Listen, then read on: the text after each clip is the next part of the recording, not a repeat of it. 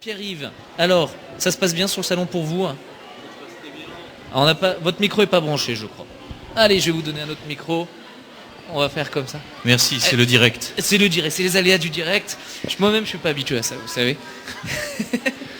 Alors, vous êtes libraire. Comment ça se passe? Il y a beaucoup de monde, hein? Il y a beaucoup de monde cet après-midi.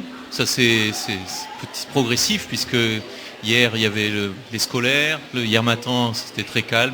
Hier après-midi, ça a commencé à bouger avec les scolaires, et puis en fin de journée. Et puis vraiment, aujourd'hui, depuis la fin de matinée, ça monte en puissance, et c'est très, très agréable de voir tout ce monde aussi intéressé par tous les auteurs qui sont présents. Et pour vous, c'est la première fois, hein, le Salon du Livre de Montaigu, hein? Oui, moi je suis un bisu, oui, effectivement. Vous êtes un bisu, oui. Vous êtes habitué quand même des salons du livre. Des salons du livre, bien sûr. Il y en a d'autres, il y a Brive-la-Gaillarde, il y a Paris. Voilà. Bien sûr. Quel regard vous portez un petit peu sur ce printemps du livre de Montaigu en Vendée? Et c'est vrai que c'est la première fois que je suis acteur en tant que libraire d'un salon du livre en Vendée, puisque j'ai déjà eu l'occasion de faire d'autres salons du livre dans ma carrière de libraire et puis de diffuseur en édition. Mais je suis surpris positivement par l'enthousiasme, le plaisir qu'ont les gens de découvrir tous ces auteurs qui sont des auteurs quelquefois du terroir, de notre région, mais aussi qui viennent d'ailleurs. Et cette impression est renforcée par les petites conversations que j'ai avec certains auteurs qui viennent pour la première fois ici, ou d'autres qui sont des habitués et qui disent qu'ils trouvent une ambiance particulière dans ce salon de Montaigu par rapport à ce qu'ils ont l'habitude de voir ailleurs. Alors Pierre-Yves, vous n'êtes pas venu les mains vides, je vois 4 livres. Oui, moi je suis un boulimique de livres, donc je ne sais pas venir avec un seul livre. Il y a tellement de richesse dans les éditions aujourd'hui que forcément je viens avec plusieurs livres. Alors de quoi voulez-vous nous parler, hein? Eh bien, je vais vous parler de 4 découvertes en fait. 4 livres que je défends sur le stand Siloé aujourd'hui et demain encore, et qui sont des livres de différents discours, de différents mondes.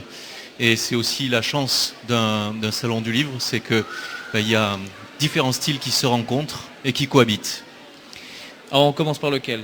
On commence par le petit dernier, celui que j'ai découvert hier soir, parce que je ne l'avais pas encore regardé, puis je me suis dit, pour la nuit prochaine, qu'est-ce que j'amène? Voilà. Et ce titre m'a interloqué, m'a intéressé. Le metteur en scène polonais, d'Antoine Mouton. Alors c'est un tout petit livre, effectivement, qui se lit en moins de 2 heures, et qui est singulier. Il est singulier puisque c'est un roman qui parle de la mise en scène d'un roman. Donc en fait, il s'agit là d'un metteur en scène polonais qui veut mettre en scène, puisqu'on lui a demandé, un roman qui n'était pas fait pour ça, qui n'était pas fait pour être mis en spectacle, mis en théâtre, et qui est un roman autrichien.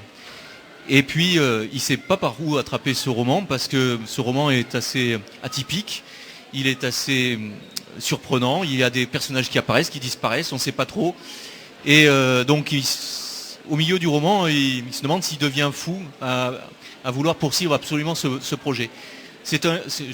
J'en dis pas plus parce que je veux susciter l'intérêt pour le livre, mais c'est un roman tout à fait hors de l'ordinaire, extraordinaire. Et puis c'est un jeune auteur qui vaut la peine d'être lu, parce qu'en plus il vient de la poésie. Il vient de la poésie, cet auteur, et c'est vrai qu'il a une plume très agréable, même dans la prose, hein, voilà. Donc Antoine Mouton pour le metteur en scène polonais que vous pouvez découvrir sur le salon du printemps du livre. Autre livre, Pierre. Alors dans un style complètement différent, un peu sur les sujets de société. J'ai l'habitude de suivre Gaston Kellman dans ses précédents livres. On le connaît, Gaston Kellman, surtout sur le titre qu'il a fait connaître, effectivement, qui s'appelle Je suis noir mais j'aime pas le manioc. Gaston Kellman, c'est quelqu'un qui est une forte gueule, une grande gueule. Une grande gueule, forte qui a personnalité. d'ailleurs collaboré aux Grandes Gueules sur RMC à une certaine époque, avant de s'en lasser, parce que voilà, il a vu les limites de la chose. Et c'est quelqu'un qui a l'habitude de traiter de ce sujet-là de société, de dire finalement qu'est-ce que c'est que l'identité? Est-ce que c'est être blanc, est-ce que c'est être noir qui définit qui on est? Et finalement, voilà, par tous les bouts, il attrape la chose et il dit à chaque fois, non. Et là, c'est vrai que c'est un livre un peu de, on pourrait dire qu'il a réagi en fait à des propos récents de Nadine Morano sur la nation blanche qui accueille d'autres. Et finalement, il veut redéfinir ce que c'est que la France, et au-delà de la question de la couleur de peau, qui n'a rien à voir et qui est un non-sens historique. Voilà. Gaston Kellman, par amusement, d'ailleurs, dit qu'il est encore plus français que les autres, puisqu'il est bourguignon, et que les bourguignons sont... Voilà. Donc on peut le retrouver aussi voilà. sur le printemps du livre, Gaston Kellman, la France, pays de race blanche, vraiment. C'est une adresse au dernier propos de Nadine Morano. Même il faut venir voir Gaston Kellman, parce que, ne serait-ce pour acheter son livre bien sûr, mais c'est un personnage, faut l'avoir croisé, c'est super intéressant à croiser comme personnage. Voilà, maintenant, si vous me permettez, j'aimerais vous parler de ce roman-là, parce que c'est une jeune fille de 18 ans qui est sur le salon, c'est son premier roman. Et elle est limite agaçante parce que on a l'impression qu'elle réussit tout ce qu'elle fait. C'est très difficile de se faire éditer, surtout quand on est jeune et que c'est un premier roman. C'est un double handicap. Et en fait, elle a fait ce roman quand elle était au lycée. Et Angéline Richard. Absolument. C'est une Lyonnaise. C'est une Lyonnaise, née en 97 à La Roche-sur-Yon. Je vois ça sur le 4e de couve. Pour son roman La guerre du temps. Et effectivement, ce roman est extrêmement bien ficelé. Le talent n'attend pas le nombre des années, mais quand même, il y a un signe qui ne trompe pas d'ailleurs. Elle m'a raconté que une fois qu'elle a eu fini son roman, elle l'a adressé à 4 éditeurs nationaux. Les 4 le voulaient. Donc c'est extraordinaire.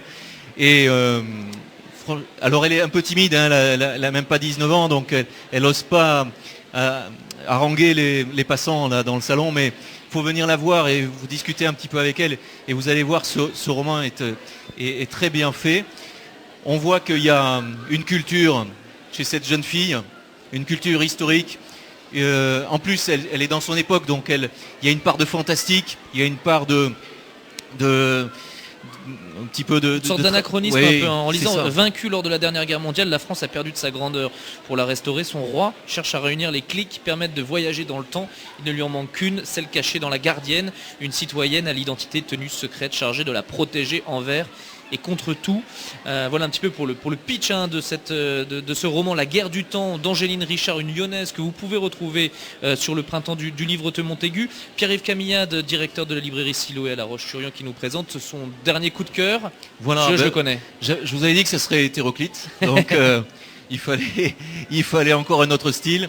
Donc Bernard Lecomte, qui est un habitué des salons justement et qui aime le salon Montaigu malgré le fait qu'il a l'habitude d'aller dans beaucoup d'autres salons, et sa biographie, vous savez, Bernard Lecomte, c'est aussi un spécialiste des questions religieuses, des questions historiques. C'est un ancien reporter de l'Express, et là c'est sur Gorbatchev.